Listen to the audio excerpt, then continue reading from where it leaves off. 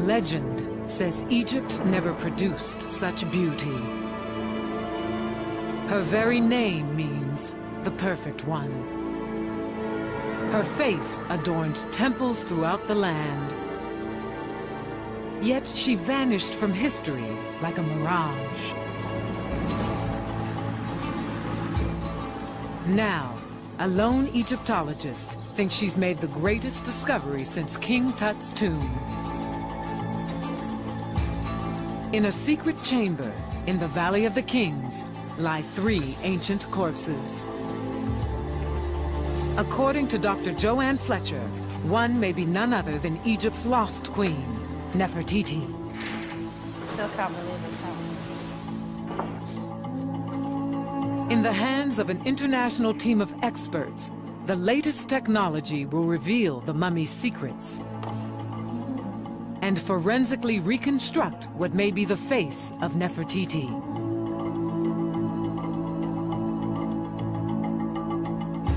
Is this one of history's most powerful women?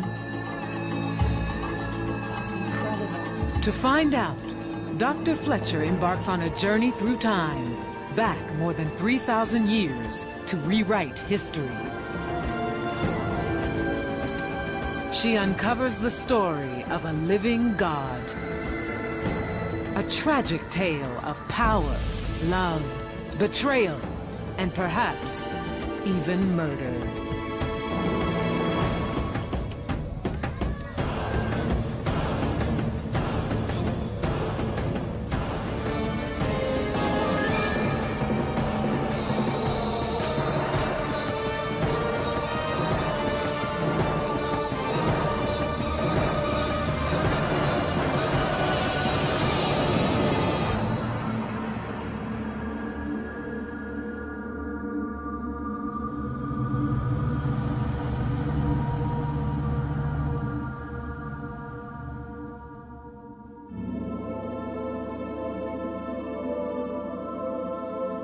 The Egyptian Book of the Dead speaks of a terrible curse.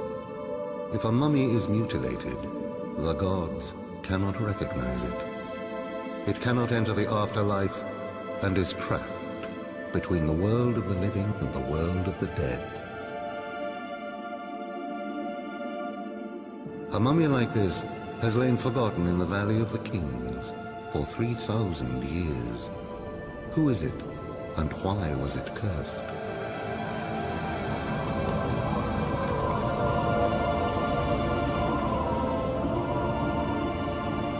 In 1912, in the shifting sands of the Egyptian desert, German archaeologists found a relic.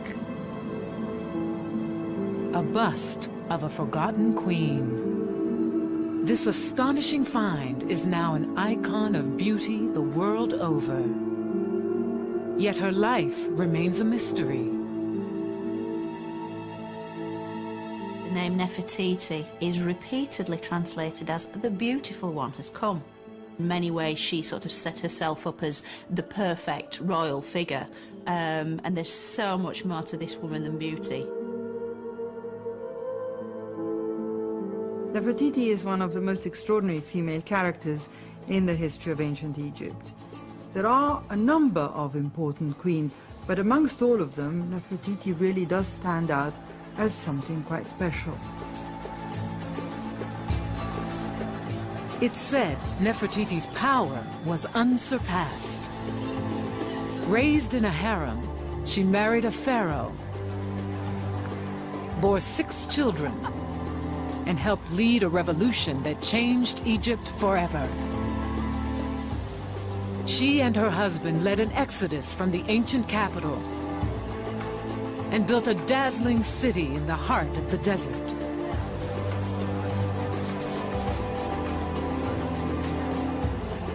For some, she was a religious zealot, a conspirator, a traitor.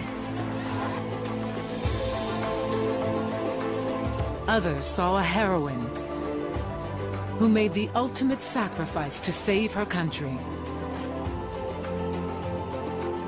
A queen of mystery and a queen of magic, queen of love, queen of jealousy, queen of revenge. Nefertiti is the most important queen in Egypt. What happened to Nefertiti is one of Egypt's greatest unsolved mysteries. One Egyptologist has spent the last 13 years trying to solve it. In a walled-up chamber deep in a tomb, Dr. Joanne Fletcher thinks she's found the missing queen. To identify a royal mummy as Nefertiti is a very significant find. Very, very significant and extremely important. And I wish her luck. Dr. Fletcher's hunt for evidence has taken her from abandoned cities and forgotten temples to the tombs of the pharaohs. There's no evidence. There's a huge void in the available material from this period. And basically anything we can say is guesswork. Little remains from Nefertiti's time. Drawing on fragmentary texts and unprecedented access to rare images, Dr. Fletcher has painted a new portrait of the legendary queen. And now, with the support of Discovery Quest, Dr. Fletcher mounts the largest scientific expedition in the Valley of the Kings in 25 years. Joining her, a team of experts eager to employ the latest technology to uncover the truth about the mummy thought to be Nefertiti. Can modern science reveal the mummy's secrets? Is this severed arm the hallmark of a pharaoh? Why does the mummy have a stab wound in its side? Using experimental forensic techniques, the experts hope to recreate the mummy's death. This could be a murder. And what did Nefertiti really look like? Was she the beauty portrayed by her famous bust? Using the latest advances in forensic graphics, science will recreate the mummy's face.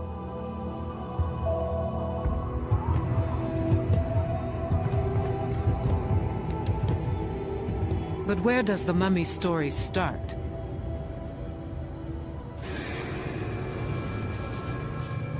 Joanne believes the trail begins in the Valley of the Kings. Here, several centuries after Nefertiti's death, her tomb was plundered and her mummy defiled. Every trace of rank and power stripped. Even the wig from her head was torn away. Then, the ultimate sacrilege. Her face smashed, obliterating not just her beauty, but her identity, denying her entrance to the afterlife. A fate worse than death. But they left behind a telltale clue.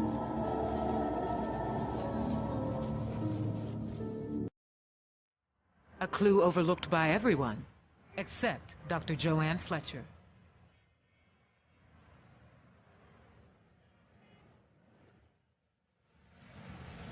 She's an expert in a rare field, ancient Egyptian hair.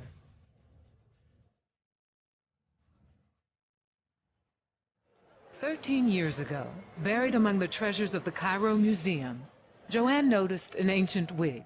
With certain specializations, you do zoom in to quite a close range level. You tend to see things that otherwise tend to get dismissed as trivial. I'm actually drawn to things which other people may have missed.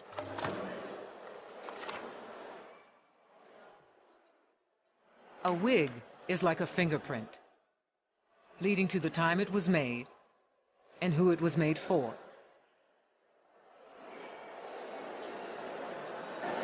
What we're actually looking at here is basically the Nubian wig the Nubian hairstyle, which generally was only worn by royal women between around 1400 and 1300 BC. Pictorial evidence shows Nefertiti wearing a wig exactly like this one. Could the wig in the museum be hers? It was one of those little light bulb moments when ding, then you sort of think, no, it's interesting, but no way. And that probably explains why it's taken 13 years to get to this point, because it just seemed so incredible. In hopes of finding Nefertiti, Joanne has traced down the story behind the wig.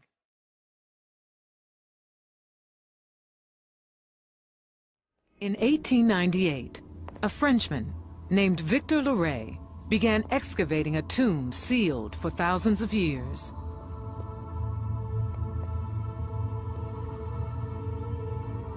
Deep underground, he stumbled on a hidden chamber. Inside, 3 anonymous mummies.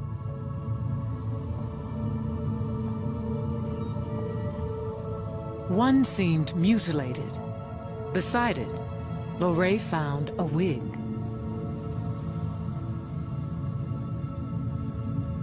If the records are right, the mummy still lies in the Valley of the Kings.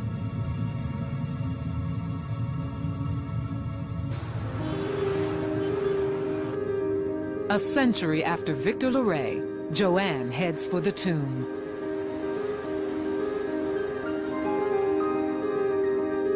It lies 400 miles south of Cairo, in the burial ground of the pharaohs. To get there, Joanne must cross the Nile, whose annual floods gave Egypt the gift of life. Egyptian authorities have granted her rare access to the mummy. For Joanne, the journey is nerve-wracking.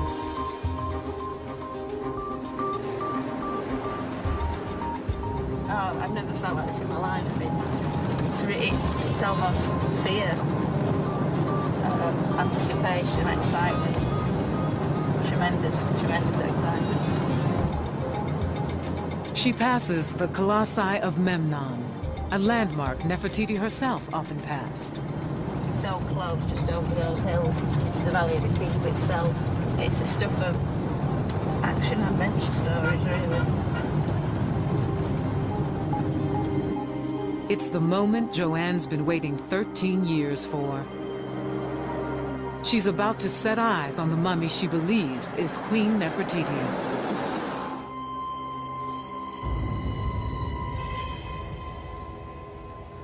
It's 7 a.m., and already the temperature in the Valley of the Kings soars to 120 degrees.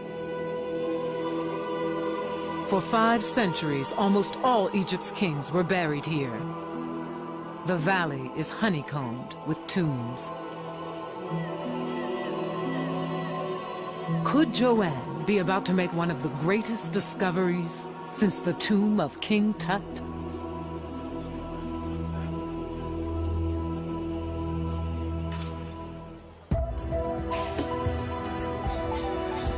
Nefertiti was one of ancient Egypt's most powerful queens.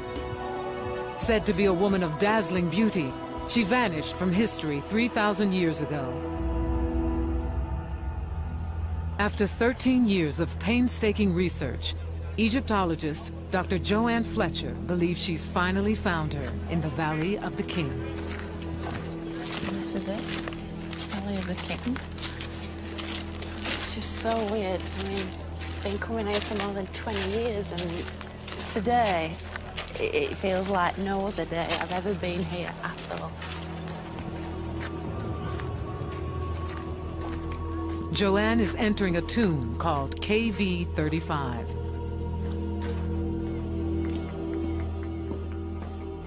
One of the deepest and most spectacular tombs in the valley, KV35 contains 4 side chambers. One of these contains the lost mummy. The tomb was used by priests to house mummies whose own tombs had been looted. A deep drainage pit on the way in doubled as a deadly trap for tomb robbers.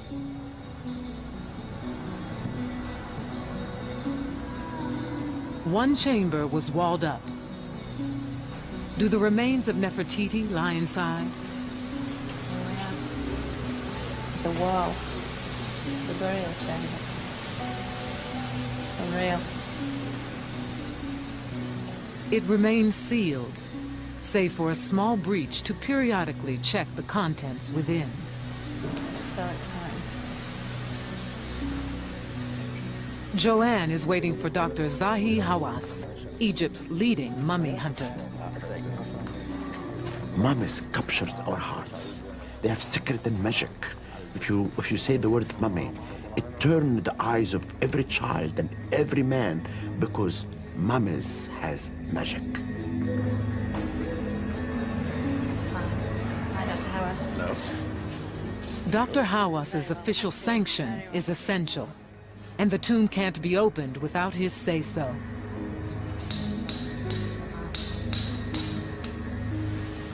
I still can't believe this happened. Time is short, the work agonizingly slow.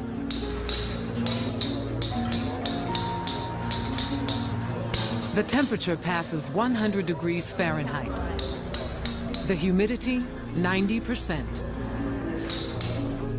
An hour later, and the hole becomes a window. 3 mummies lie within.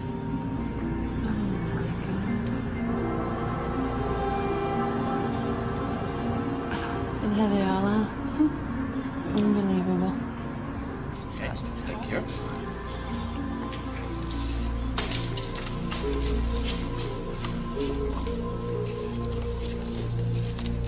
Can you see them? Yes, all of them. Aren't they beautiful? They are. Okay, do you want to come in? Oh, yes, please. Okay. You are not scared? Oh, no, I love mummies. You sure? Especially these 3. But the face is very impressive. The face is so Isn't regal, it? isn't it? Very Yeah. proud face. Though over 3,000 years old, they're in good condition. It was absolutely amazing. The 3 bodies were there. The way they laid out, they're almost sitting up. And they were looking right at me, literally just at the other side of the doorway. That was a moment I will never, ever forget. All 3 mummies are unwrapped. This is a major problem in identifying them. Their names would have been written on their bandages. That's a brilliant mummification job. The embalmers did an excellent job on this lady. Really superb. One is an old woman, another a young man. The third, Joanne believes, could be Nefertiti.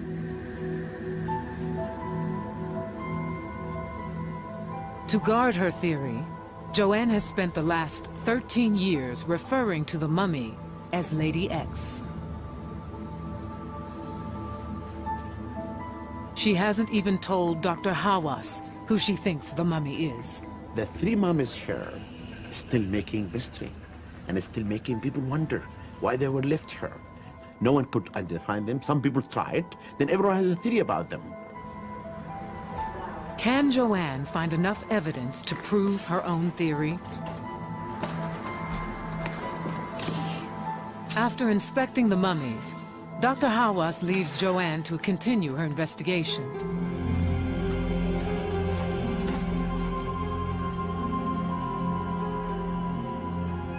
Joanne has just 2 hours to identify Lady X as Nefertiti. She's a real enigma. Now I'm here, literally face to face with this woman.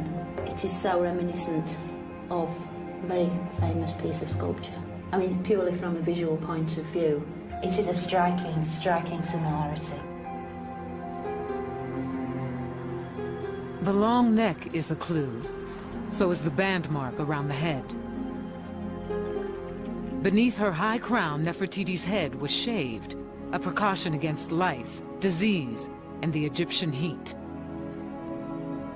it's possible that something rather tight-fitting would have been worn, and because there is no natural hair, because it's been removed, it would have made the wearing of a tight-fitting tall crown, for instance. But certainly this individual had something quite tight worn on the head when she was prepared for her burial, the funeral regalia of royalty. Another distinct feature appears in some depictions of Nefertiti: double ear piercing. And interestingly enough, the left ear has been pierced not once but twice. I'm not aware of any other examples of doubly pierced ears from pharaonic Egypt. For Joanne, the double ear piercing is compelling evidence. Damage to the mouth reveals another tantalizing clue. And then in the middle of all this, all these wonderful clues, you have perhaps the most telling thing of all, you have this terrible malicious damage. But after death, someone hated this woman so much, it appears, that they wanted to literally smash her face in with some kind of blunt instrument. It's just quite amazing. It really is quite extraordinary. I'm, well, almost lost for words. After Nefertiti's death, almost all depictions of her were mutilated. The damage to the face fits the pattern. This is somebody inflicting real hatred on this face. It would be very much in keeping if this woman had attained great power in her life and had, I don't know, annoyed certain individuals, if you like. A terrible thing to do to what originally would have been a very beautiful face. Smashing the face meant a mummy couldn't speak its name to the gods and enter the afterlife.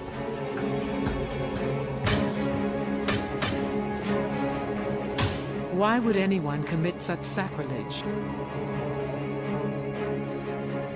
It's very difficult to see this purely as an act of tomb robbery because jewellery was never placed around the mouth area. And so to smash this feature in, this very specific feature, it's as if they're trying to make a very strong point. The other mummies hold the final clues. They could be Nefertiti's in-laws, her husband the pharaoh Akhenaten's brother and mother. His position between these two women is, I find it very touching. It's almost as if they're protecting him. And the arrangement of the bodies perhaps is in some kind of family group. For Joanne, finding Lady X entombed with members of Nefertiti's close family is an intriguing clue. But there's absolutely no mistaking that these are royal mummies, and I firmly believe these are members of Akhenaten's own family, his mother, possibly his elder brother who died young, and his great royal wife, and I believe successor, Nefertiti herself. Joanne's time is up. It was totally, totally amazing, and I will never ever feel that feeling again. It was just electric, it was just phenomenal. So I could have died quite happily then, I think.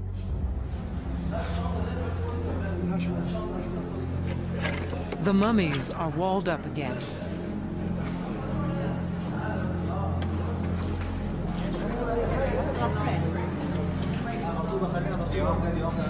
Sad. They've gone. They've gone away again. Joanne feels her long years of research have finally paid off, yet her quest is far from over.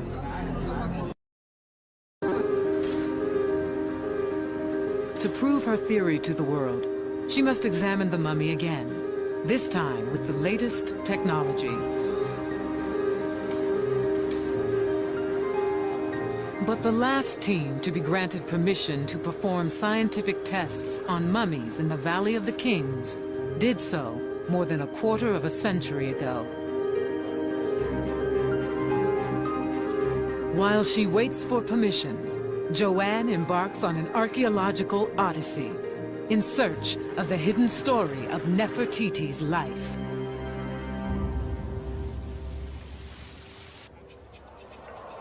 Egyptologist Dr. Joanne Fletcher has inspected the mummy she believes is the legendary Queen Nefertiti. She's a real enigma. Joanne waits for permission to scientifically examine the mummy.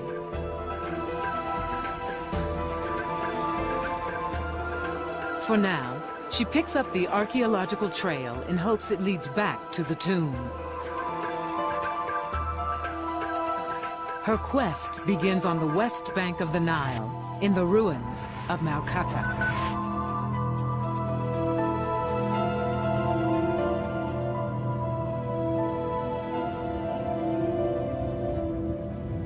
In this once lavish palace, Joanne thinks Nefertiti may have spent her childhood. And here, she finds her first clue. Oh, wow. That's fantastic. Wow, that's incredible. Look at that. That has been in there almost 3,500 years, as fresh as the day it was painted. And these are the actual colours, the actual wall seams, the decoration that all the Amarna royals would have seen. Amenhotep III, Akhenaten, Tutankhamun, of course Nefertiti. At its height, Malkata was the most spectacular palace in ancient Egypt, home of the pharaohs. Joanne thinks Nefertiti grew up in this sprawling compound. 500 consorts and concubines. The vast harem of Amenhotep III, one of Egypt's greatest pharaohs.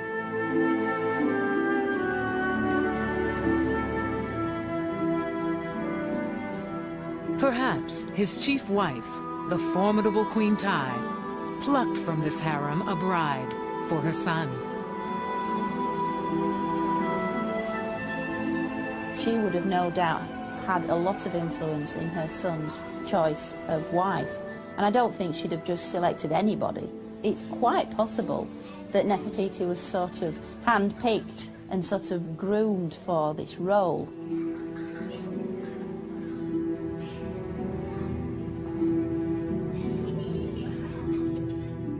Nefertiti's bond with Queen Tiye might explain why the two mummies were entombed together.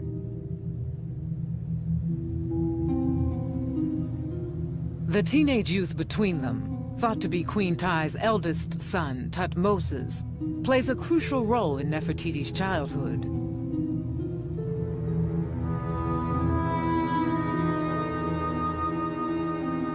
Heir to the throne, Thutmoses dies young, a twist of fate that places Akhenaten and Nefertiti next in line to rule Egypt.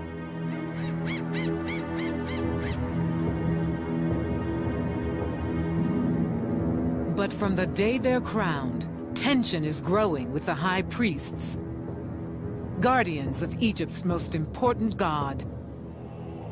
Called the Cult of Amun, their power rivals that of the pharaoh himself. They were the traditional elite. They were conservative, predominantly male, very set in their ways and very, very rich. Vowing to curb their power, the royal couple take the fight to the heart of the Amun cult's power base, the Temple of Karnak.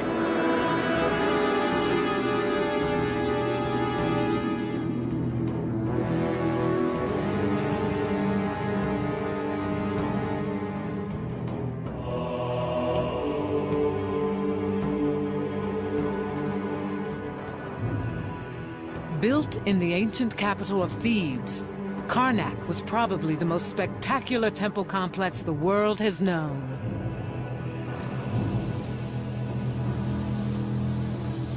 The priests' daily rituals of purification help maintain order in the entire universe. An all-important concept the ancient Egyptians called Mat. Basically, it just meant the right way of doing things, the proper way, truth, justice, freedom, all of these things that we consider positive. The alternative to it was chaos, was fear, danger, death, torture, the heat of the desert. All of these unpleasant things were its antithesis. The whole point of the exercise really in ancient Egypt was to maintain Mat, to maintain the proper order of things. The very center of this ordered cosmos lies within the temple itself, where, in the midst of a quarter-mile-long corridor, the god Amun was said to dwell, hidden in darkness.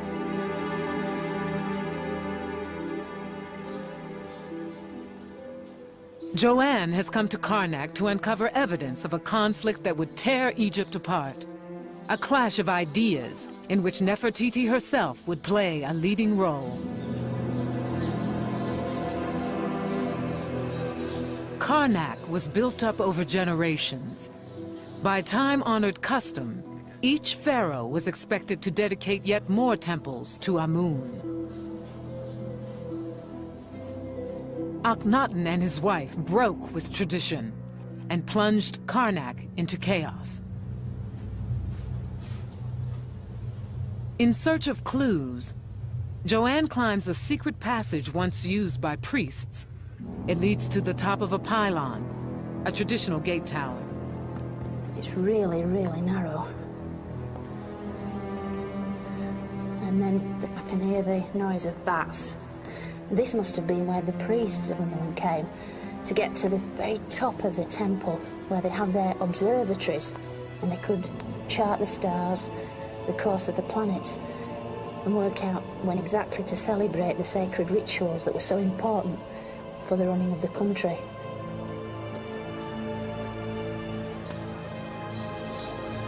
Wow. Amazing. From her vantage, Joanne can see the birthplace of a revolution.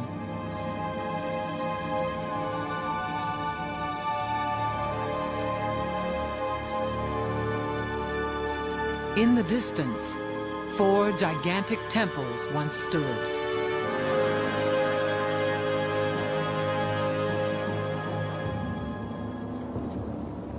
Within, the royal couple worshiped the new supreme being, the sun god, the Aten.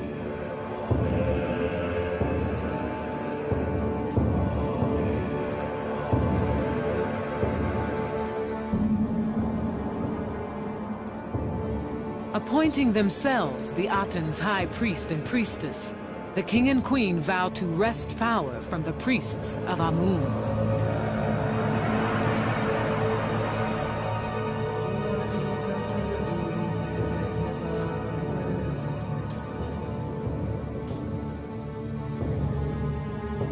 Within a few years, the monuments they built to the Aten have eclipsed the old temples of Karnak.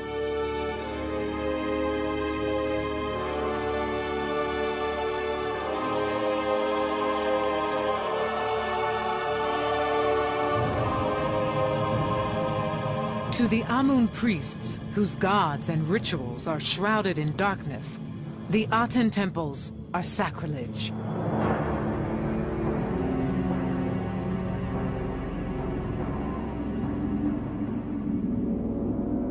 The Aten temples no longer remain, but an earthquake revealed their building blocks, hidden for thousands of years inside this vast pylon.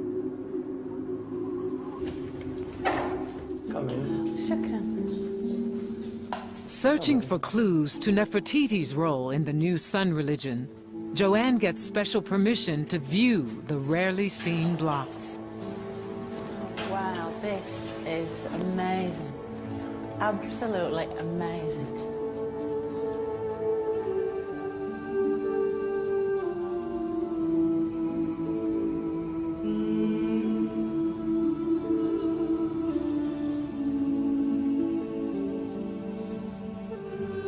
The carvings capture a snapshot of a revolution. You can see here. Oh, wow, yeah, As you see that's here. wonderful. It's very fantastic images. This is wonderful. Nefertiti. Huh? And again. Yes, as you see here. More and more. She's everywhere. Oh, these are fantastic. As you see here. Nefertiti's portrayal is unprecedented. This really just confirmed that she was a woman of tremendous importance to be shown so frequently in this way. The images confirm Nefertiti played a key role in building the sun temples to the Aten. That they really are so much more than just pretty pictures, aren't they? And to deface them and to use them as filling, that really does neutralise any force they had. It takes away all their magical, mystical power.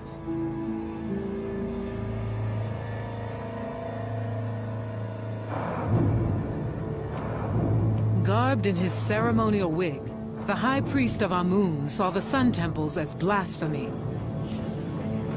and a threat to his power. Around regnal year 5, Akhenaten's been king for 5 years, and there's a very oblique reference in the text which talks about evil words he heard. There was some kind of plot or conspiracy, perhaps. The priests had had enough. To thwart the conspiracy, the royal couple makes a radical move. They decide to abandon Thebes, capital of Egypt for hundreds of years. Inspired by a vision of his sun god, the Aten, Akhenaten sets off into the desert.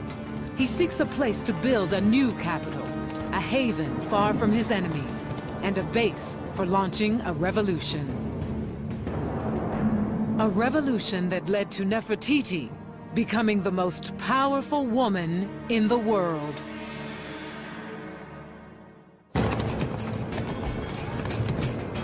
Seeking to found a new city, Nefertiti's husband sets off into the desert. The pharaoh Akhenaten vows to abandon the ancient capital of Thebes and build a new Egypt.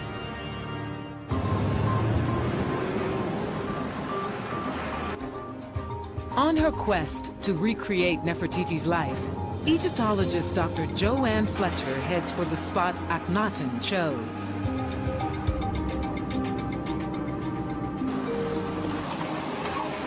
"200 miles north of Thebes, it's now called Amarna."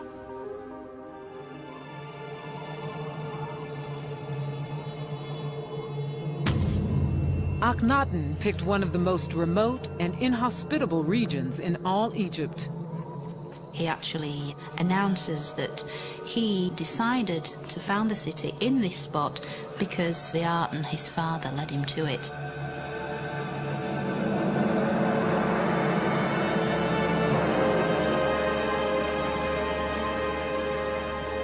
The site looks much as it did when Akhenaten found it more than 3,000 years ago.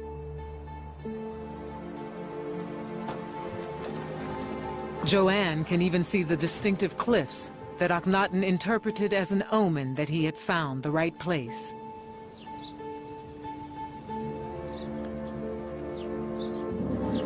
They form the same shape as the hieroglyph for horizon. On certain days of the year, the sun seemed to be reborn between the two mountains. The perfect spot for a city dedicated to the sun.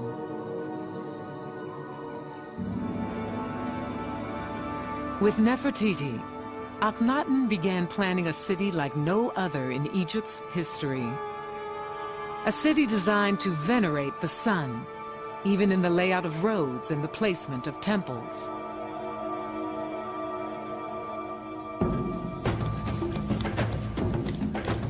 Thousands of people follow the pharaoh and his wife into the desert. They have little choice. Where the pharaoh is, so is the work.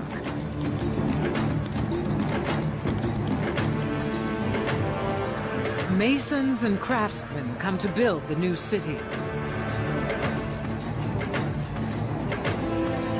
Converts come to worship the new god. And opportunists come to exploit the new frontier.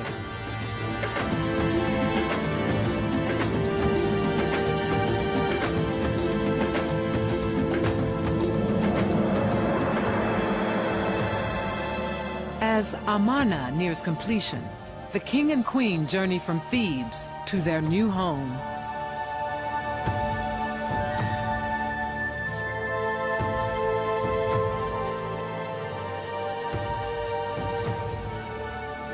Built within a few years at lightning speed, Amarna is one of the first planned settlements in history.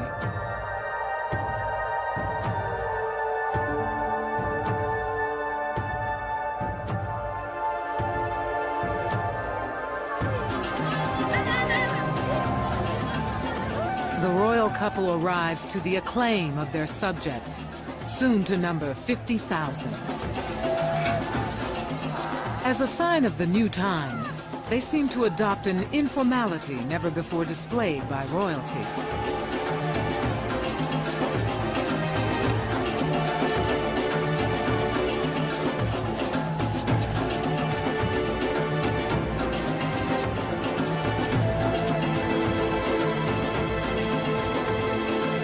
Freed from tradition, the royal couple is poised to create a new Egypt. The country hovers on the brink of upheaval.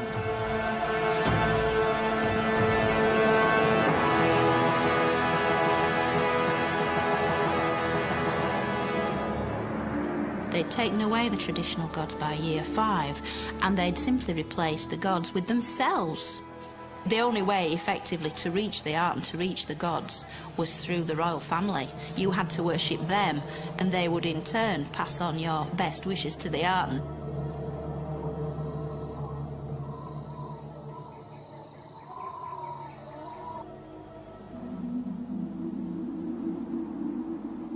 In Amarna's ruins, Joanne looks for clues to Nefertiti's life.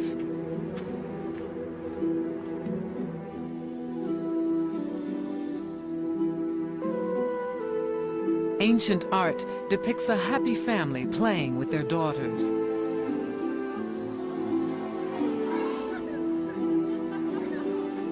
The loving couple, the queen ever at the king's side.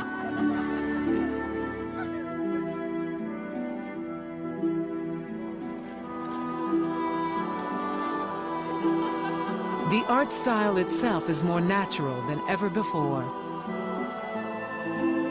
From Amarna comes the most famous image ever made of Nefertiti. But how realistic was this bust?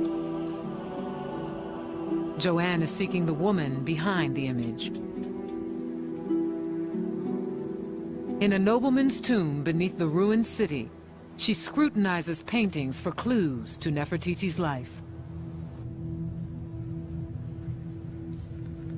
So, here I am entering the first chamber of this wonderfully well-carved rock-cut tomb. Some wonderful carvings on here. That's amazing. Really, really amazing. Got 2 chariot riders here. One on the left, one on the right. And just checking out the hieroglyphs. In fact, this I can actually read. This is the great royal wife. So the figure on the left must be Nefertiti herself. There she is driving her own chariot, independent woman. Very nice scene.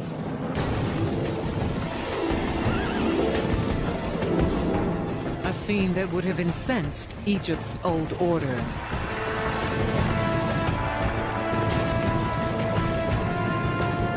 A queen competing with the king. Unthinkable. More proof that Nefertiti wielded power behind the throne.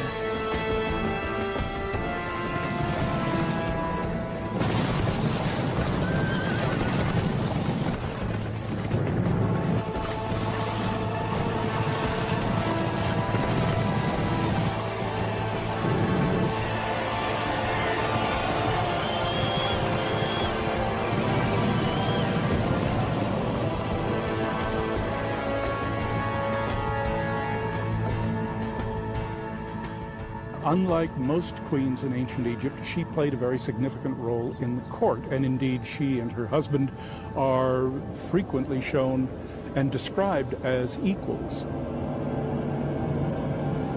Some depictions of Nefertiti go even further. She assumes the duties of the pharaoh himself. She was depicted in a scene smiting an enemy.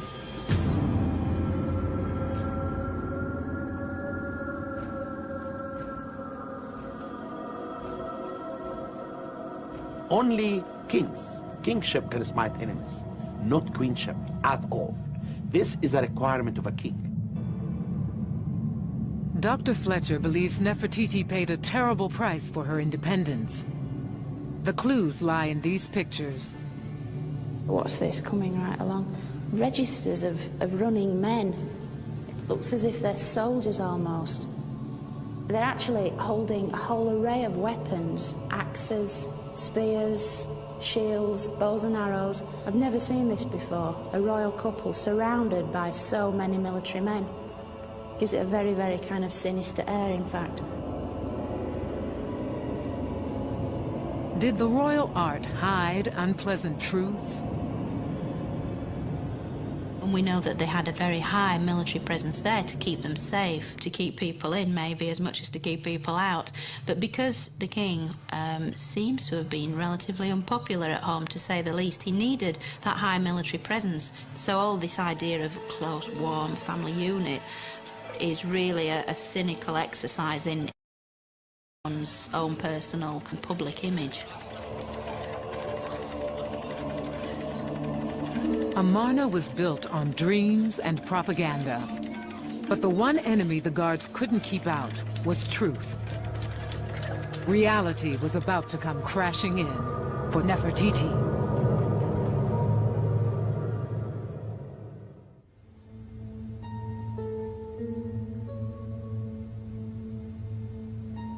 From the sands of Egypt, Dr. Joanne Fletcher resurrects a legend.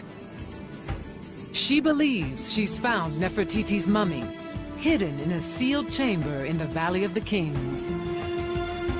To restore its identity, Joanne must recreate the lost queen's mysterious life. Amid the ruins of the capital built by Nefertiti and her husband Akhenaten, wall paintings suggest a state of fear. I've never seen this before, a royal couple surrounded by so many military men. What really went on during the couple's supposed idyllic reign?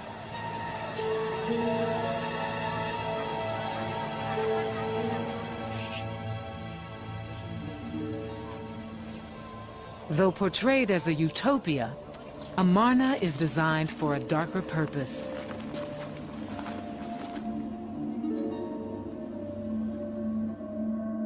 Flanked by cliffs on 3 sides and the Nile on the 4th, Amarna is a citadel.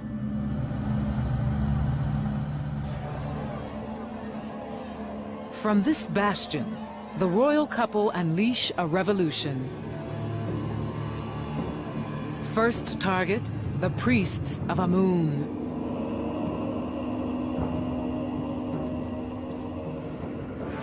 To pay for Amarna and settle old scores, Nefertiti and Akhenaten plundered the temples of Karnak.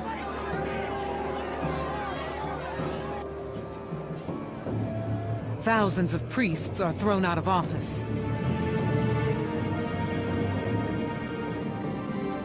The shockwave reverberates across Egypt.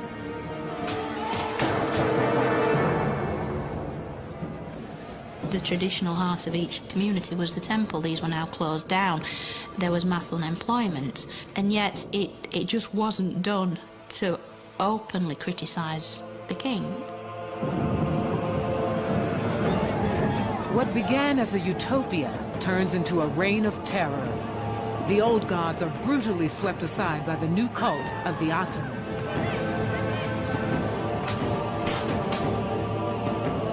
Having outlawed thousands of years of tradition, Akhenaten and Nefertiti create a crisis of faith in Egypt. Akhenaten had taken away people's belief system and given them nothing real in return. And it's also interesting, it's at this point when people are not just shown as bowing to the royal family, but face down in the dirt, grovelling. And I think this is a really disturbing undercurrent.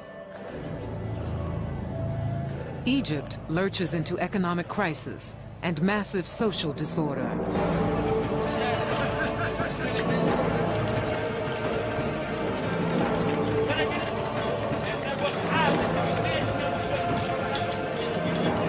With the army suppressing dissent at home, Egypt's borders go unguarded.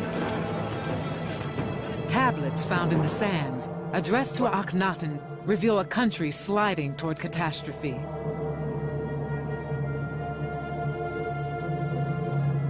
Unrepentant, Akhenaten presses on with the transformation of Egypt, no matter the cost.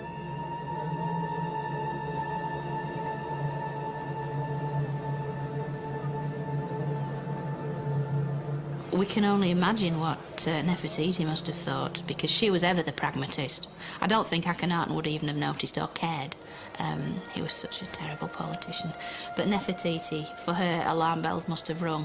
How can we pull this back? How can we retrieve this situation? It's all starting to fragment.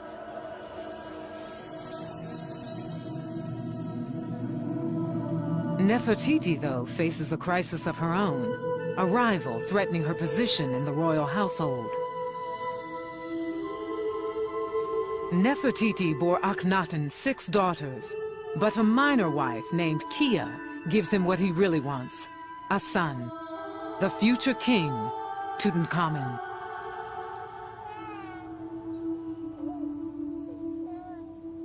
Yet Kia's time as the pharaoh's favorite seems short-lived. In year 11 of Akhenaten's reign, she disappears from the records. No one knows why. Some think she fell victim to a jealous Nefertiti. We've got this idea of this wonderful family unit actually far more devious and dark than was previously imagined. Joanne's investigation is beginning to build a profile of what the real Nefertiti was like. I think she knew exactly what she was doing and how she would achieve her ends. I see her as a very distant kind of person, a very cold and aloof person who manipulated everyone around her in the best way she saw fit. Nefertiti's ability to manipulate situations to her own advantage seems to be confirmed a year after Kia's disappearance. Her response to the crisis came soon enough. In year 12 of Akhenaten's reign, while Egypt totters on the brink of collapse, an extraordinary event takes place in Amarna. A huge public celebration called a Durbar, perhaps planned by Nefertiti herself, to reassure the people that all is well.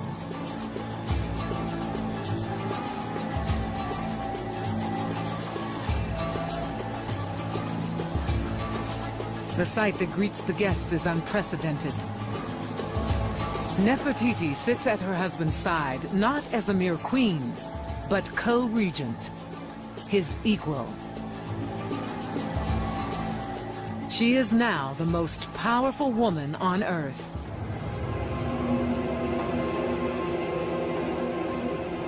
But her moment of triumph is marred by disaster. Amid the tribute for the royal couple is a deadly gift: plague. What the disease was, the records don't say, but it must have spread throughout the city and into the heart of the royal palace, because it seems to have killed one of Nefertiti's beloved daughters. In year 14, Nefertiti herself vanishes from the records. Some Egyptologists believe she died of plague. Others think she lost power to a male rival called Smenkhare, whose name replaced hers in the records.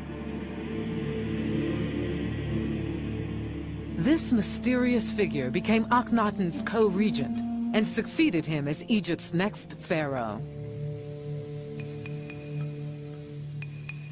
Some believe this skeleton in the Cairo Museum is Smenkhare.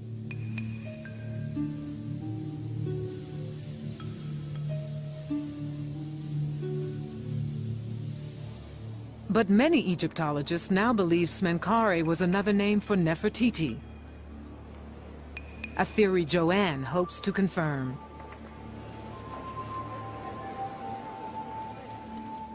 Could the legendary queen have lived on and ruled Egypt as the pharaoh Smenkhare?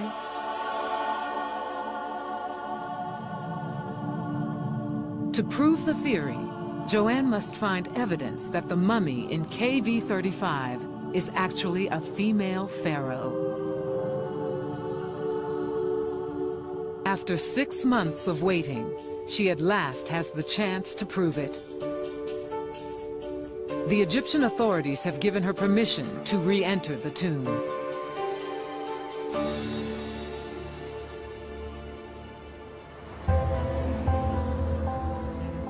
Back in Britain, one of the world's leading human remains specialists, Professor Don Brothwell, gathers a team of experts. One of the first scientists to examine the famous Iceman, Brothwell has also investigated mass graves in Kosovo. His team tests a portable digital X-ray on a mummified body. The most advanced of its kind in the world, it delivers digital images in seconds that will help to identify the mummy in KV-35. They will also form the basis of a unique experiment undertaken by a team of leading facial reconstruction experts. They'll use the latest forensic graphics to recreate the face of Lady X. After 3,000 years, will we gaze on the real face of Nefertiti?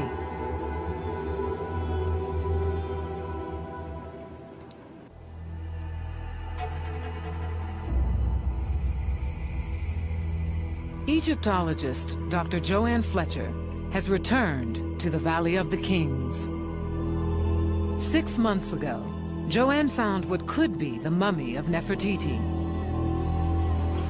Now she's back with a team of top British scientists to try and prove it.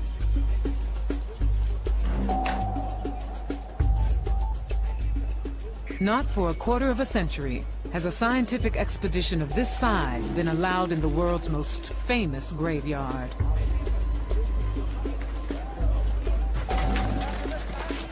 It takes 22 porters to carry the delicate equipment down into tomb KV-35.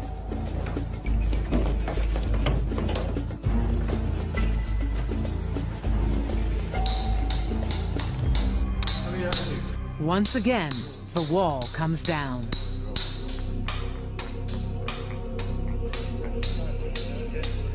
For Joanne, it's nerve-wracking.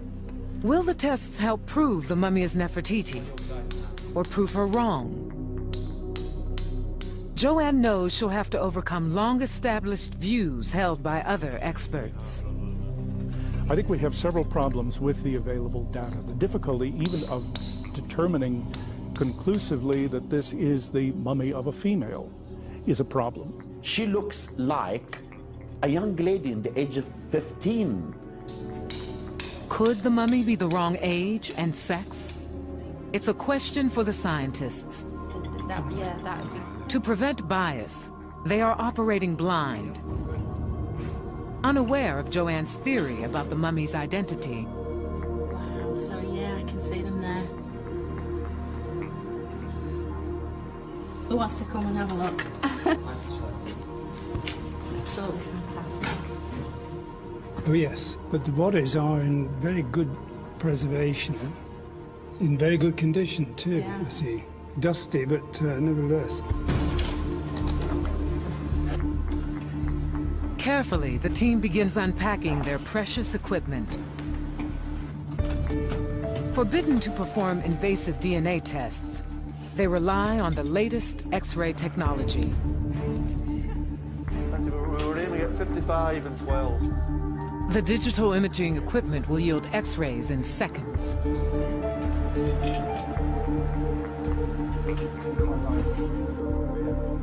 A specially designed rig has been built for the examination.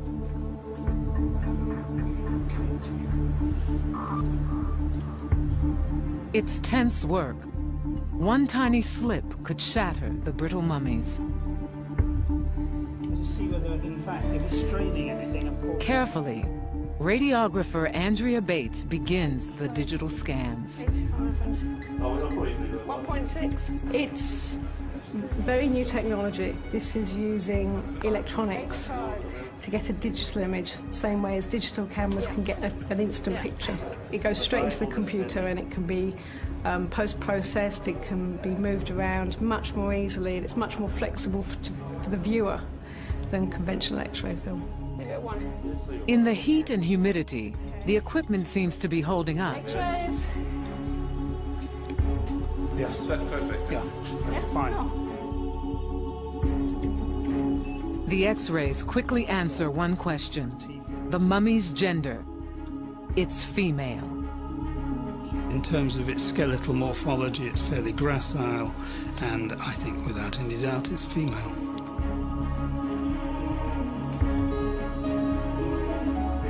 Doctor? Moving on to the chest, the team gets their first tantalizing clues to the mummy's identity. Okay. That's a good image. What emerges is full of promise. Abdominal area, there's the top of the pelvis, look, and the lumbar vertebrae, the lower part of the ribs. Lots of packing, as you see, and up there. Now that's not normal packing. No, that's clearly not. Metallic, isn't it? It is. That looks like. Too. That looks like a jewellery element, doesn't it? Yeah, it does, doesn't it? Yeah. The tiny shapes are beads left behind when tomb robbers ripped jewelry from Lady X's neck. At once, Joanne recognizes their significance.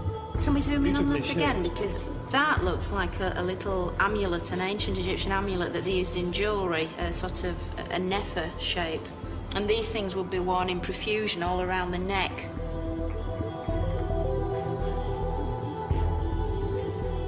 Nefertiti shares her name with distinctively shaped beads called Nefer beads, known to have been worn by Amarnan royalty.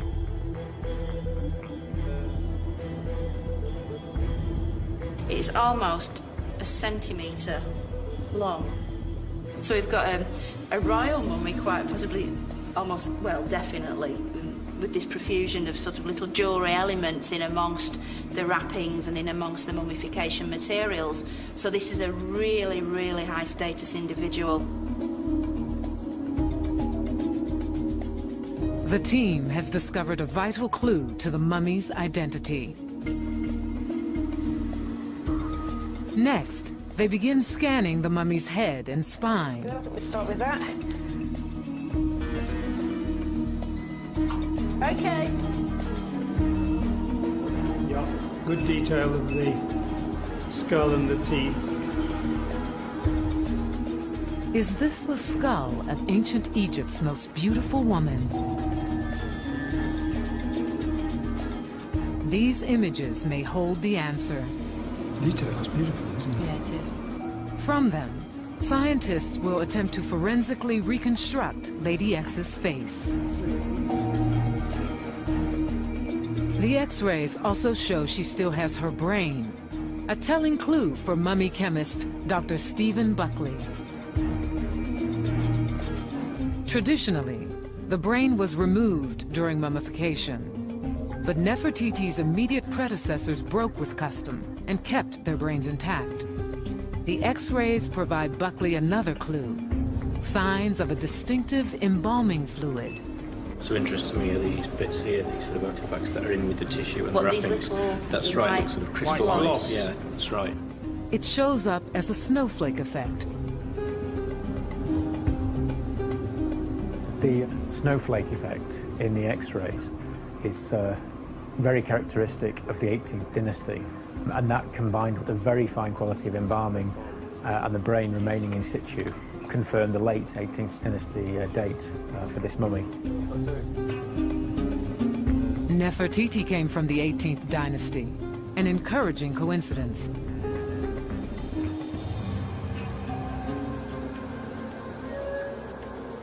As the day draws on and the tests continue, Don Brothwell hits a stumbling block. His assessment is tentative, but potentially devastating. What can you tell from this? The wisdom teeth, which are immature, not developed and erupted properly. So all in all, it does look as if the individual was young. Youngish, yeah. Yeah, late teens to early adult. Did you say early adult? The vertebrae, the spine shows some evidence of this. Age is notoriously difficult to assess using X-rays. But if Brothwell's first guess is correct, it's the end of the road for Joanne. Nefertiti gave birth to 6 children. She can't be a young woman. Even if she married in childhood, as Egyptian royalty often did, she must have reached her mid-20s by her death. With 2 more days to go, could Joanne's theory be disproved and Nefertiti vanish once more?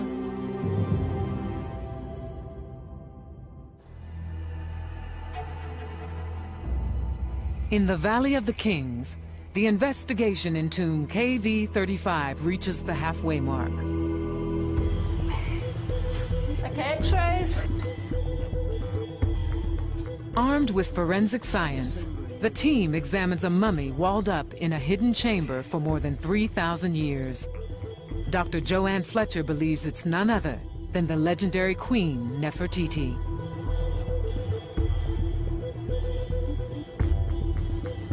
But a shadow of doubt is cast by Don Brothwell, the team's human remains expert. That's a youngish individual, late teens to early adult. Did you say early adult?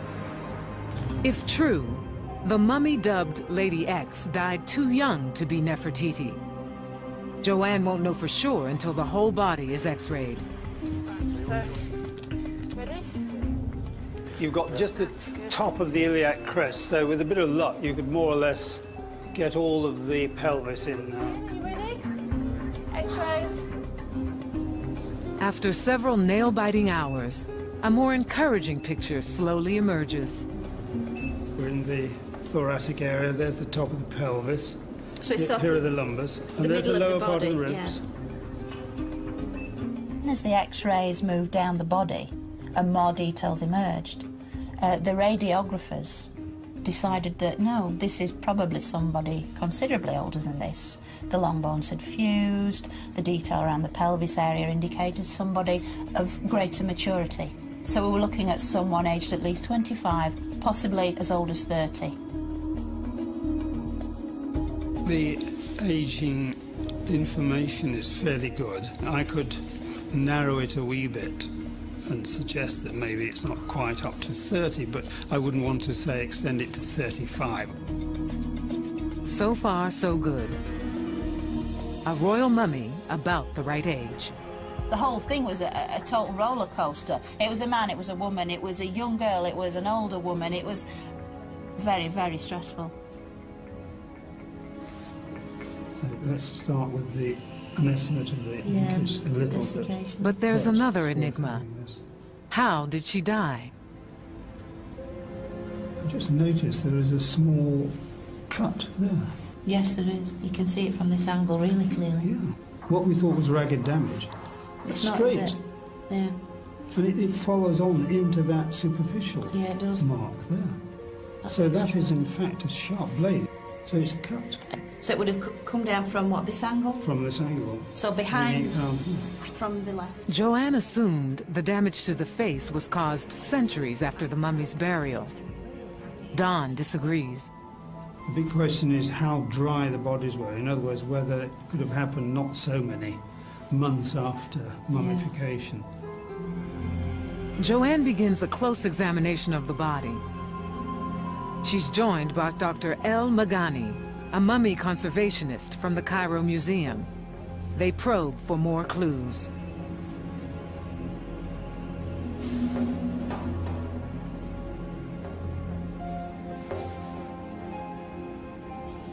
What do you think that is, Dr. Samir? It's a cut. It's a cut? Yeah. Maybe a wound? Maybe. Across the rib cage, they notice a 12-centimeter gash. Could be. So if she was putting her arm up maybe or something, and that would give access to the side, wouldn't it? The wounds raise disturbing questions about the mummy's fate. The next revelation suggests Lady X was more than a queen. It lies in the wrappings, torn from the body by tomb robbers. This really is royal. Yes. Beautiful royal linen. Gorgeous. Look how fine that is. Only for the kings. Only for the kings, exactly. This is wonderful. What's that? What's under there? The fingers. There are some fingers here. Something under there. This could be the missing arm. Oh, I don't believe it. This is fantastic. Could I? Oh, it's too exciting. Show you. Oh, look at the dust rising up. I don't believe this. This is the arm that's been missing for nearly 100 years. It's an extraordinary find. 100 years ago, the mummy was found with a bent right arm. Sometime later, it was replaced with a straight arm. Oh, fantastic. Mumkin. It was seen in the 1900s and then no one's seen it since. And it's the right arm, just like the original report said. And it's clutching a scepter, definitely a woman's hand. Yeah. And henna again, can you see on the fingernail? Henna. Henna. So that is tremendously exciting. Can I see if it, Mumkin? This is the crowning moment, it really is. If this is this lady's hand. Oh wow, look. Yeah. That is superb. And this one that doesn't seem to fit, if that was returned to its rightful owner. And we can imagine now, this lady, like this, with the scepter. Yeah. Oh, this is fantastic. This is really fantastic. The newfound limb is a crucial piece of evidence. A bent right arm was the symbol of a pharaoh. The discovery supports the theory that Nefertiti outlived her husband and took the throne herself. A pharaoh in her own right. We only find this in the art of kings who are buried with the right arm or both arms like this. Queens have the left, kings have that or that. And that really does speak volumes, because if this right arm does belong to the younger woman, then it is evidence that she wielded incredible powers in her life. Does the bent right arm belong to Lady X? The team undertakes a series of X-rays to find out. X-rays.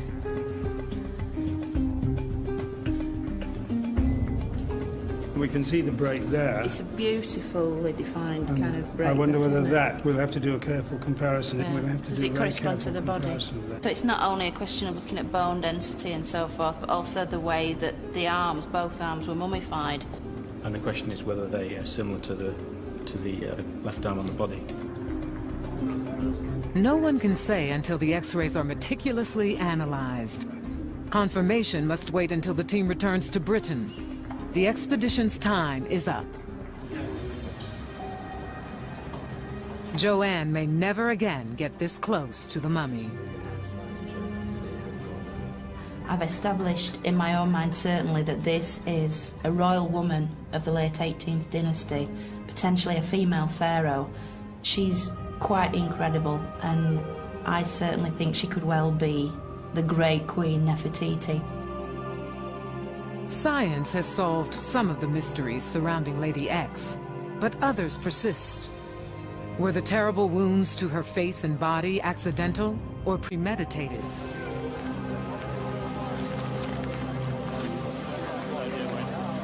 The scientific team returns to Britain to find out.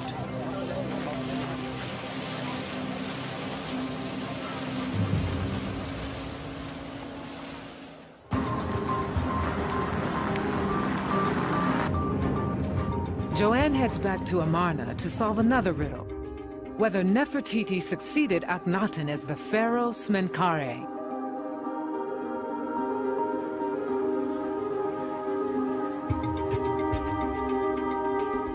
To prove it, Joanne needs evidence Nefertiti outlived her husband. Akhenaten died in year 17 of his reign. His cause of death remains unknown. What matters more is who buried him.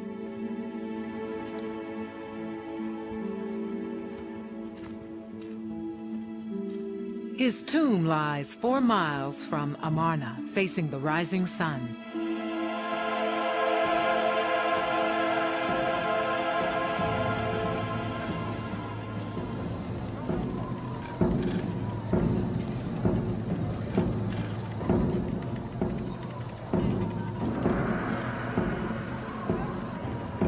I believe it would have been she who led the funerary rituals, the funerary rites, as Akhenaten's chosen successor and heir.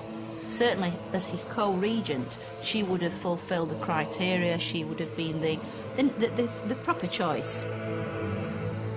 As her husband's heir, only Nefertiti could have conducted the sacred opening of the mouth ritual that gave him immortality.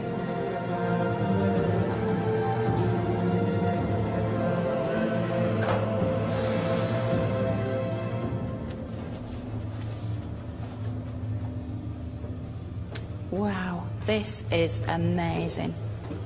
It's a really, really steep rock-cut corridor going down and down into the rock. And this is where Akhenaten's funeral procession would have gone, presumably led by Queen Nefertiti herself. Probably the young Tutankhamun would have been there. It's absolutely fantastic. Right in the footsteps of Nefertiti.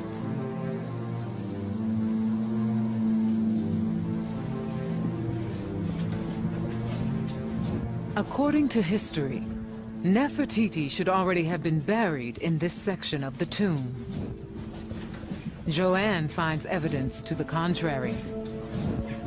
This is supposed to be the tomb of Queen Nefertiti, but this is completely unfinished. It's in a very, very rough state. The ceilings, the walls, the pillars are all very rough. I just don't buy it for a minute. I don't think she was buried here at all. But Akhenaten was. Ah, wow. So this is Akhenaten's burial chamber. His tomb was definitely finished. And this slab in front of me would have been where his sarcophagus was, with his mummified body inside it. It's almost certain she would have stood absolutely where I'm standing now, conducting the funeral rites of a dead husband. More proof Nefertiti was alive when Akhenaten was buried appears on his sarcophagus in the Cairo Museum. She's standing at each corner of the sarcophagus with her arms out in a protective pose. She's obviously been selected to replace the traditional goddesses. She's there in a protective capacity. Only she can protect the soul of the king in the afterlife. The queen became a goddess, pharaoh in her own right. But her husband's death signaled the end of the revolution.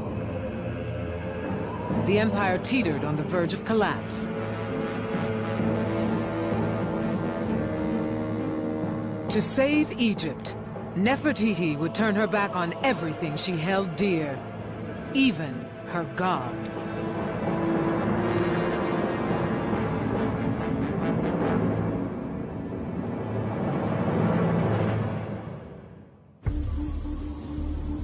Egyptologist Dr. Joanne Fletcher has led a team to x-ray the mummy she believes is Nefertiti.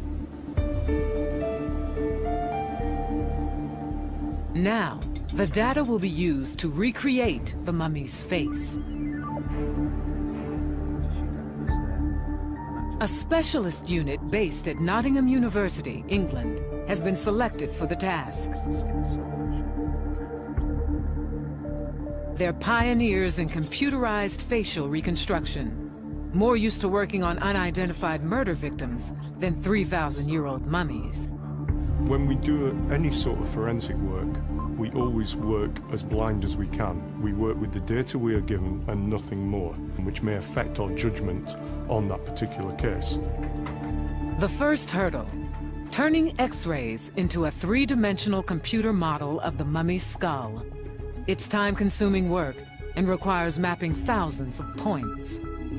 Once complete, markers are placed on the 3D skull to indicate skin depth. The head is now ready for the complicated task of adding muscle and flesh. In Egypt, Dr. Joanne Fletcher tracks down a final mystery. She's convinced Nefertiti wasn't buried in Amarna. But how did she end up 200 miles away, in the Valley of the Kings?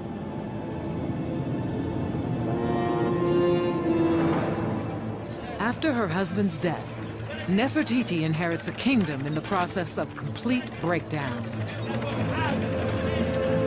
Joanne believes Nefertiti quickly takes charge. First, she takes steps to protect herself and her dynasty. To secure her rule and that of her heirs, Joanne thinks Nefertiti marries her daughter, Ankhesenamun, to her stepson, the future King Tut.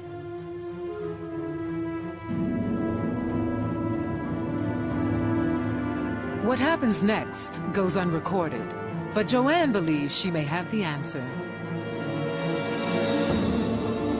If this individual was Nefertiti ruling as sole pharaoh, she would have had to have sort of undergone a policy of damage limitation. What could she do with the empire? It was falling to pieces. She had to start trying to win back Egypt's empire abroad, consolidate things at home, which she couldn't do from the middle of nowhere at Amarna.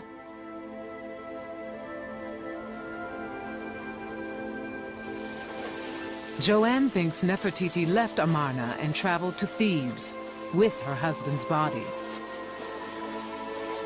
The new religion he and Nefertiti started was dead.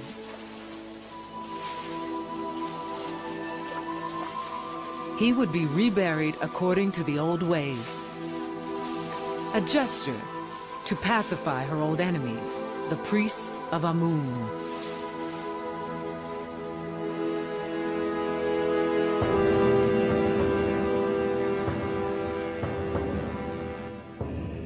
Joanne believes Nefertiti reopened the Temple of Karnak and reinstated the Amun priests. A diplomatic coup that turned former enemies into unlikely allies. The old god Amun held sway over Egypt once more. She would have gone back to Thebes, tried to, presumably, reach some kind of understanding with the traditional clergy, maybe reopen the temples. The temples were the key to all this. She can reopen the temples, she can take back the hearts and minds of the people. And if this meant coming to some sort of understanding with her former enemies, then this is what she would do. Clues to Nefertiti's determination still survive at Karnak. Statues depict Tutankhamun and his wife Ankhesenamun as traditional gods.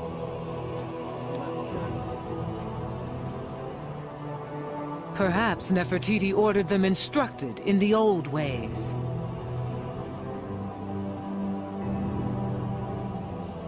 For her dynasty to survive, order had to be restored, whatever the cost. But the chaos Nefertiti and her husband wrought was not easily forgotten or forgiven.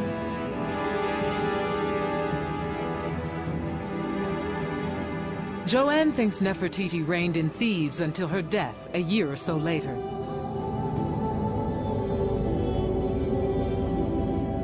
How she died, we can only guess.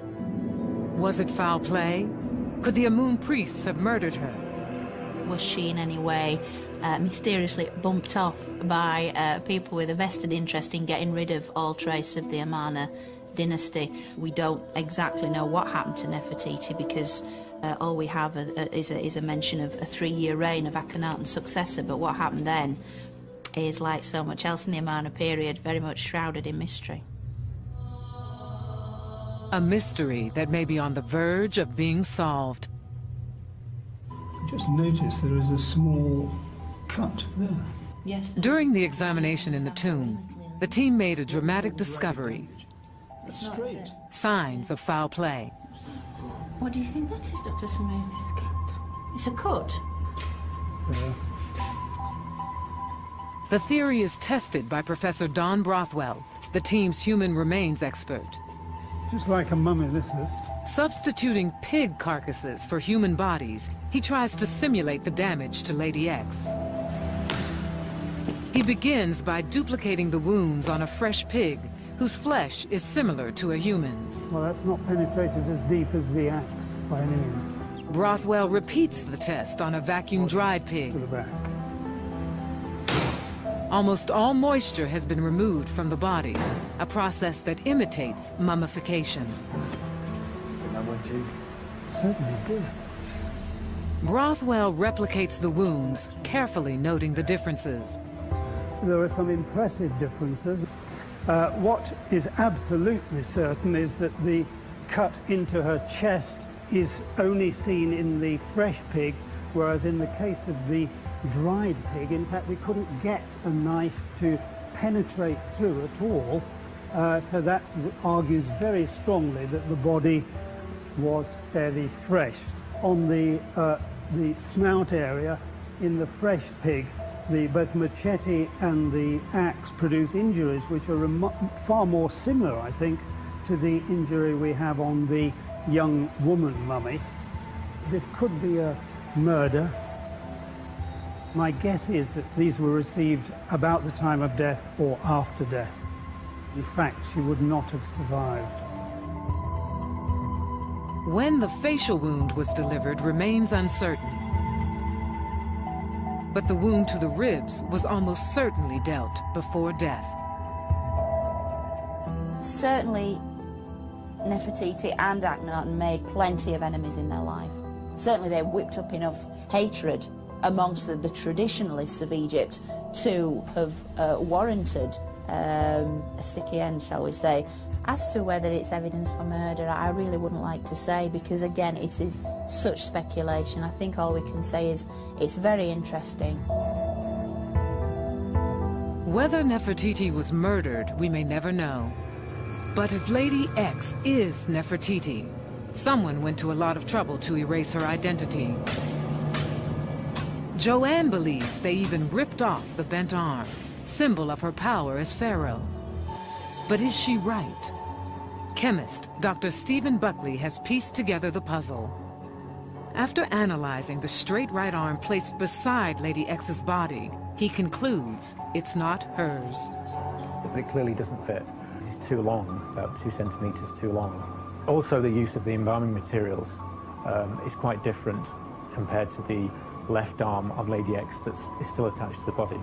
So clearly this cannot belong. Does the bent right arm found by Joanne belong to Lady X? The proportions of the bones is about the right sort of robustness, if you like. And also the coloration on the forearm is similar to that on the left forearm of Lady X that is still attached. Joanne believes the work of the scientists has helped identify a female pharaoh. For her, it can only be one woman. The completely shaven head, the double pierced ears, the fact that we know from the bone measurements that the right arm was originally in this position. The age could be someone as old as 30. All these things add up to a rather compelling, in my mind, idea that this individual is indeed Nefertiti. Some experts remain skeptical. They think final identification will require future developments in DNA testing. DNA is not accurate for the mummies. Scientists who do DNA today, they still say that we need more years to do more to improve DNA method. And that's why I will wait. A few years down the line, I think we'll be in a much better position to say whether this is or is not Nefertiti. We're not at that point yet. I think this identification of the third mummy to be Queen Nefertiti, it's speculation. But Joanne remains convinced she's made the discovery of a lifetime.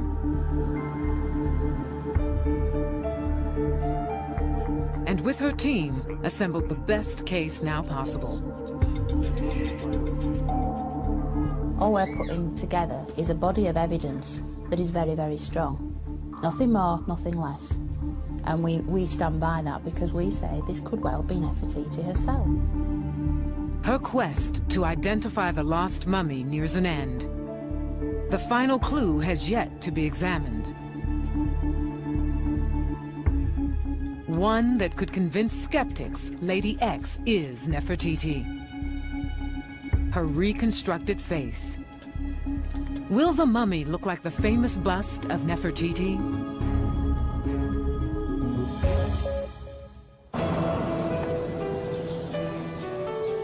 Egyptologist Dr. Joanne Fletcher believes she's finally tracked down the lost queen, Nefertiti.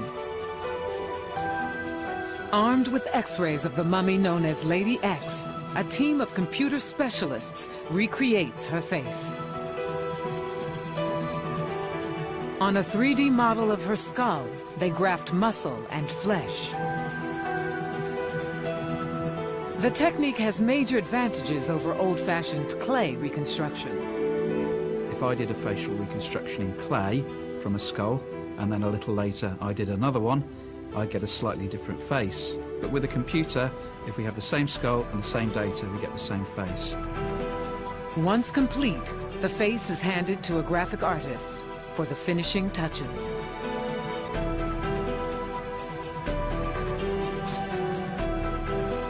Could the mummy's face really be that of Nefertiti? 70 days after Nefertiti's death, her mummification is complete. The royal embalmers cast spells and perform rituals to help preserve the body for all eternity.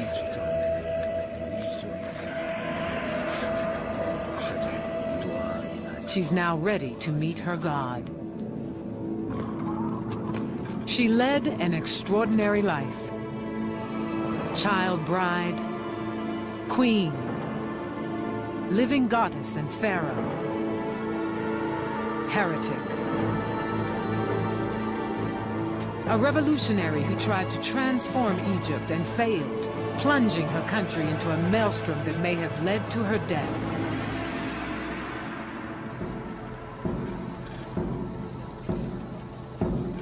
Joanne believes Nefertiti was buried in the Valley of the Kings.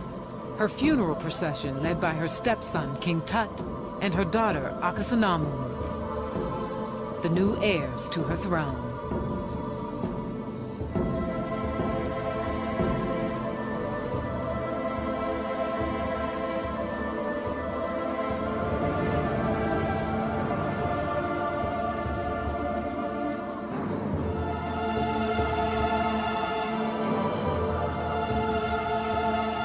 Little did the children suspect their mother's mortal remains would be violated.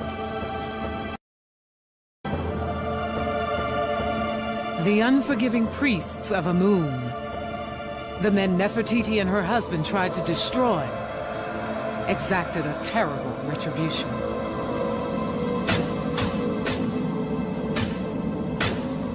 In Karnak, the monuments she helped build were defaced, torn down, and trampled into dust. The great sun temples vanished. Amarna was dismantled block by block. Joanne believes she's traced Nefertiti's story back to Thebes and the burial ground of the pharaohs, to tomb KV-35, where a desecrated body was abandoned and walled up with her relatives, never meant to be found. They've been anonymous for 3,000 years. They've been misidentified, and so at the very least what we've done is place them in the correct space and time. They are members of the late 18th dynasty royal family. Of that I have no doubt. And if this is indeed Nefertiti, then it would be wonderful to think that we've given back a name which was taken away from her with such malice so very long ago. For Joanne, the investigation in Egypt is over. She returns to England to see if the last piece of the puzzle falls into place. Awaiting her is the final question. Will the face of Lady X resemble the artworks of Nefertiti?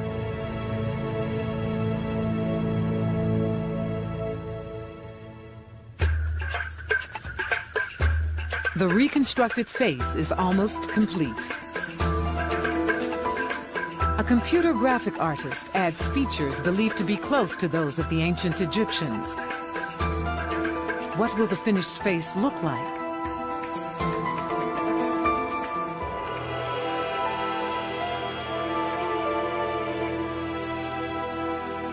Joanne's about to find out. Hello? The team gathers for the unveiling. Hello, Joanne. Hiya. Hello, how are you? Hello. It's the moment of revelation. Brilliant, thank you. Slowly, the process of creating Lady X's face unfolds before her.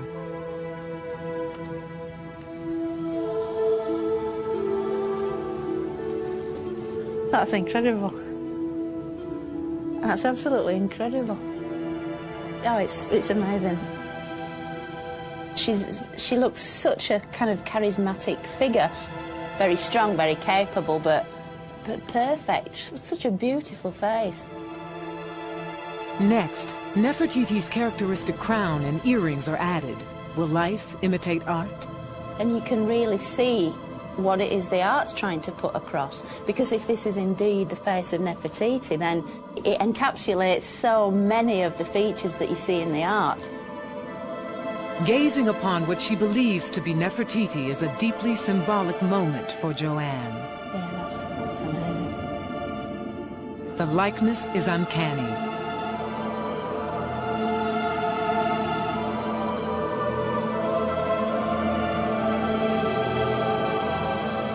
After her 13-year quest, Joanne believes she's restored the mummy's identity and given Nefertiti back her name.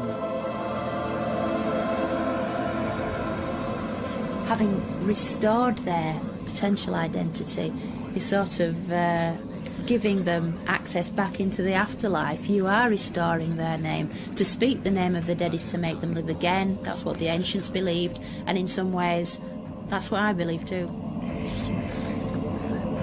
After more than 3,000 years, the curse on Nefertiti has been lifted.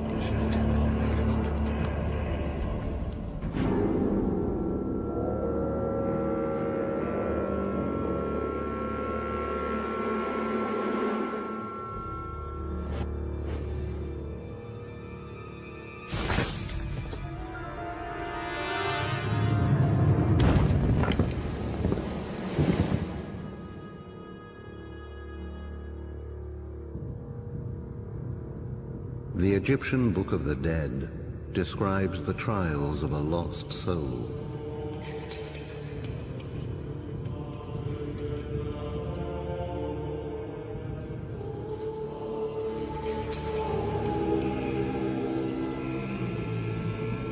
For when a soul recovers its name, it is once again made whole.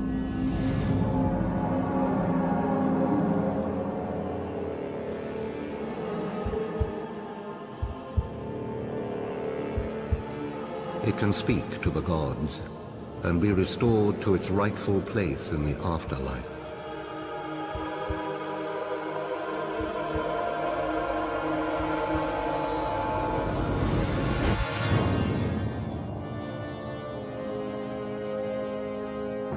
Returning to the land it once knew, it can complete the soul's last journey to eternity.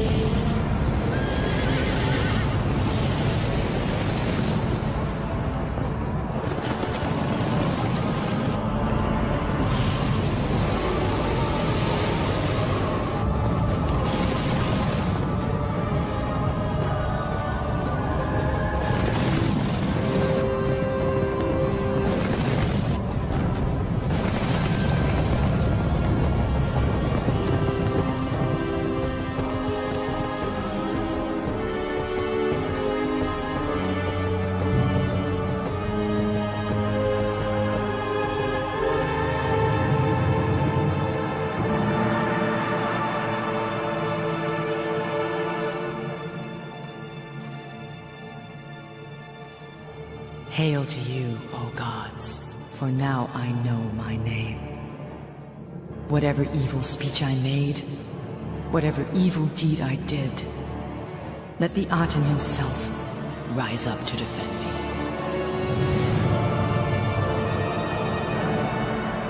For now at last I, Nefertiti, shall enter eternity.